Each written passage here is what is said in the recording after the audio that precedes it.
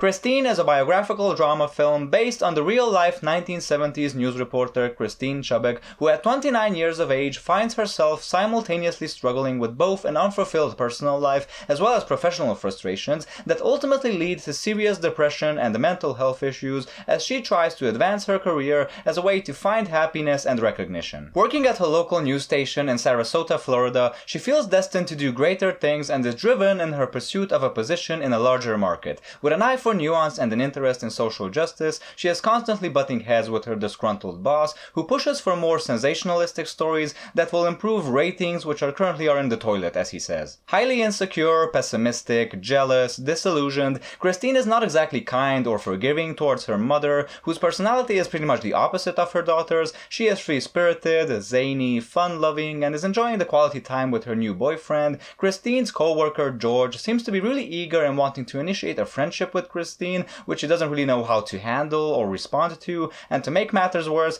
she is suffering from some terrible stomach pains. When I first saw this film, I've seen it twice now, I really didn't know anything about it besides the fact that it stars Rebecca Hall, and that was really enough for me to get my interest, because she's an actress I really like, and even though the film is based on true events, I'm really not certain how familiar are people with this story, so I'm going to try to do my best to not spoil things, because I truly believe that the film is a million times more effective if you are not anticipating what's coming. And at first I really didn't know what to make of the film, because tone-wise it seemed almost non-existent, very flat, like a TV movie, and especially a film about depression. It's not a dark film, to be honest, but as layers of the story are slowly and painstakingly peeled away one by one, it is made clearer and clearer that this is a story about a woman who is deeply depressed, but who nevertheless boldly and relentlessly pushes forward because she believes in something, she sticks by her guns, and she believes that she can do great work in the field that she loves. But the problem ultimately for Christine, I think, comes down to bad luck, because she really doesn't appear to be neither in the right time nor the right place. I mean, think about it, we are in the first half of the 70s,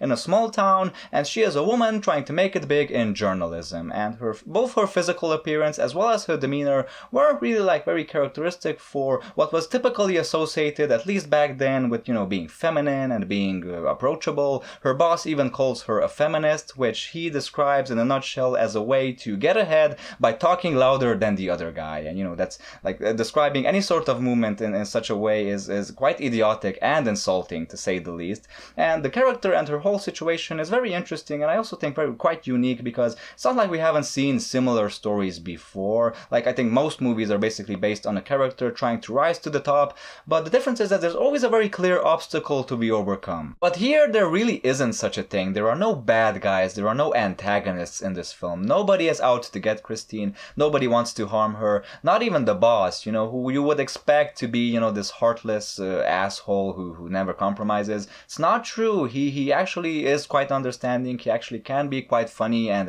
hilarious, and you can also empathize with him. There is a scene in which all of them go to a party, and we see him arguing with his wife, who unfortunately obviously has a major drinking problem. So you kind of understand why he's so frustrated all the time. And let's not forget, as I said, Christine isn't exactly the kindest person on the planet either. Later on, she tries to come up with this format that would suit both her and his ideas. She gets rejected anyway, and she, in a fit of rage, goes after her boss and calls him out and says to him, just because your wife has a drinking problem doesn't mean you have to treat me this way. And that was a moment I was like, fuck, okay, no matter how angry you are, I get it, but that was uncalled for. That's a line you really shouldn't have crossed. There were moments in the film that made me kind of come to the conclusion that Christine and her boss are really not all that different. I mean, sure, let's say that ideologically they might seem like they are on opposite ends of the spectrum, but ultimately both of them are caught up in this sort of whirlwind of repetition. Both of them are kind of stuck in a rut,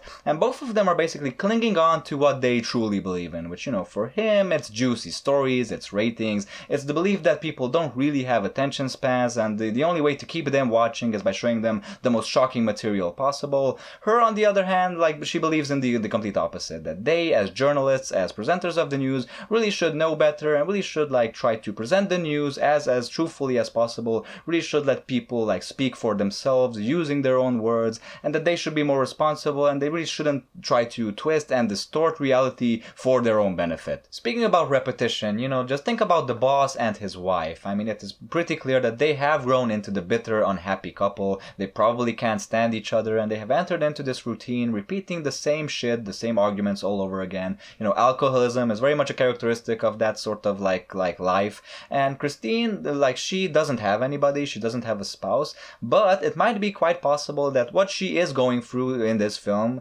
has happened before, because the first time there are like signs that something is not okay. You know, her mother asks her, "This isn't another one of your moods, is it? This isn't like that period you went through when we lived in Boston, is it?" So yeah, repetition, same shit happening all over again, depression, misery, all that stuff.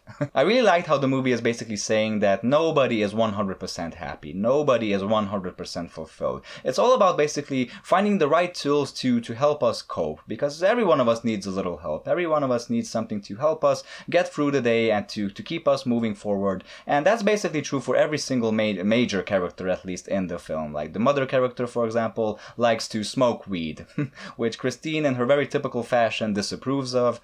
Jean, her co-worker, has a method where she eats ice cream and sings along to the song, whichever song is on the radio at that moment.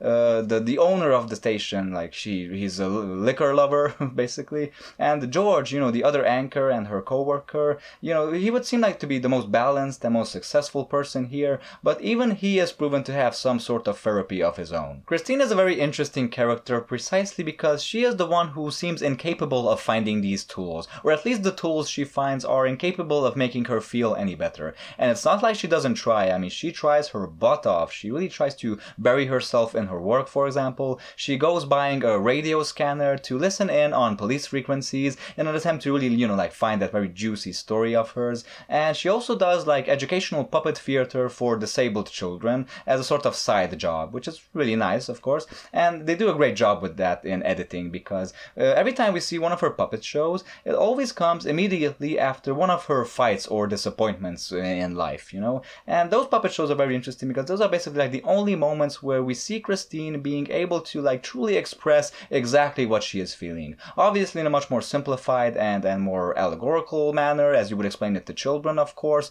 but she's really good at it, and it really basically that doesn't surprise me because kids are very moody, you know. Kids are a lot more moody than adults. And, you know, Christine's very like serious depression makes her behave as a big kid many times. So there's totally a correlation there. This film ultimately really is like this sort of vessel for empathy, and it's one of my favorite films of 2016, to be honest. Rebecca Hall, if she continues to like give such great performances as this, will definitely become one of my favorite actresses without a doubt. And yeah, what can I say? I mean, like I said, this is a film that's really not dark. It's really not trying to be a tearjerker. When I saw it the second time and I kind of knew stuff that was going to happen later on, I kind of got emotional during certain moments, but the film really doesn't try to manipulate your emotions, for sure. And it's kind of, sometimes it can be very like quirky and amusing, and it's quite charming, and I would definitely recommend it. The good performances, good film all around, good script, everything. So there you have it, folks, my 2 cents on Christine. I want to ask you guys,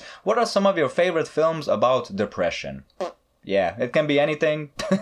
So let me know that in the comment section. If you enjoyed my review of this, don't forget to like, comment, and subscribe so I can see you later with other reviews. Thanks for watching, folks, and as always, until I'll see you later, don't forget to stay cool, stay awesome, and goodbye.